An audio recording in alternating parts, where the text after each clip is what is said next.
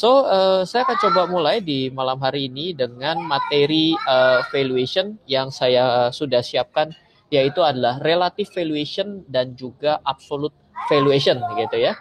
Nah, relative valuation dan absolute valuation ini sebenarnya tidak terlalu orang biasa ketahui, gitu ya. Kalau baru pertama kali mengenal yang namanya analisa fundamental. Kalau misalnya Anda melakukan analisa fundamental, sebenarnya menurut saya pribadi Anda dalam keadaan yang sangat salah kalau tiba-tiba Anda menaksir sebuah harga saham. Jadi tidak boleh dilakukan yang namanya menaksir harga saham di awal. Yang harus Anda lakukan pertama kali itu adalah Anda mengetahui sebuah kekuatan dari perusahaan tersebut, apakah laporan keuangannya ini rapuh, prospektif, bagus, menjadi tambah bagus, atau tambah buruk. Oleh karena itu, di awal-awal bila Anda belum terbiasa dengan melakukan valuasi, saran saya jangan pernah mempelajari valuasi terlebih dahulu, tapi pelajarilah bagaimana menilai perusahaan itu baik dan buruk. Loh Ryan, bagaimana cara menilai perusahaan baik dan buruk? Gampang.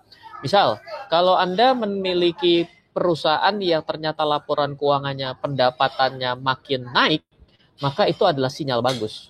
Tapi kalau perusahaan yang pendapatannya makin musruk, berarti itu adalah berita buruk.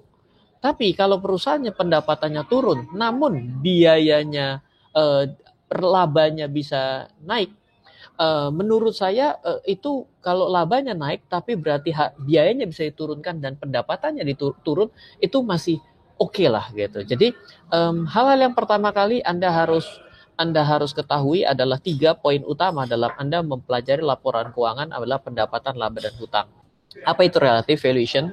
Sebelum kita bicara relative valuation, maka relatif adalah sebuah valuasi yang relatif bisa berubah bila diambil di waktu yang berbeda dan sudut pandang yang berbeda. Nah, gitu ya.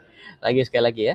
Valuasi relatif adalah berubah diambil di waktu yang berbeda dan sudut pandang yang berbeda. Jadi ada sebuah metode valuasi yang lucunya adalah dia diambil di waktu dan sudut pandang yang berbeda akan menghasilkan sesuatu yang relatif. Loh, bukankah semua itu kayak gitu, Ryan? Tidak. Absolute valuation tidak seperti itu. Relative valuation yang seperti itu. Contoh ya.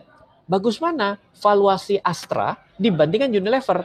Tiba-tiba orang gini, gila lo ya? Loh kok gila kenapa? Loh, masa memvaluasi membandingkan Astra lawan Unilever? Yang satu jualan mobil, yang satu jualan consumer, barang-barang shampoo dan lain sebagainya. Emangnya shampoo di mobil di-shampooin gitu ya? Shampoo di mobilin nggak bisa ya? Mana bisa, sektornya berbeda. Bisnisnya beda, betul. Tapi ya bisa aja sebenarnya. Loh kenapa? Loh, perusahaannya kan sama-sama sekaliber loh, kapitalisasinya, market cap-nya, harga saham dikali jumlah lembar saham. Itu per saat ini yang namanya Astra sama Unilever itu punya valuasi yang nggak mirip. Yaitu Unilever itu di sekitar 200-an T lah, kurang lebih sama lah seperti Astra juga kurang lebih sih 200-an T gitu.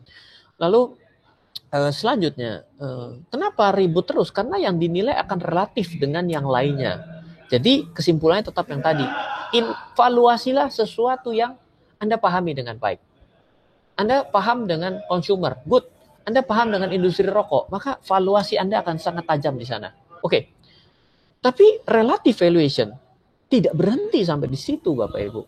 Valuasi relatif juga bisa dinilai relatif akibat harga sahamnya yang berubah terus. Nah, ini dia.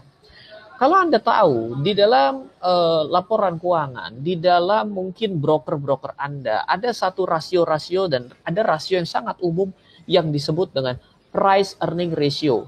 Biasa ditulis dengan PE ratio atau PER gitu ya. Adalah salah satu valuation ratio yang dikenal sebagai bagian dari relative valuation. Kenapa pertanyaannya? Kenapa disebut dengan relatif si PER ini gitu? Kenapa? Karena jawabannya adalah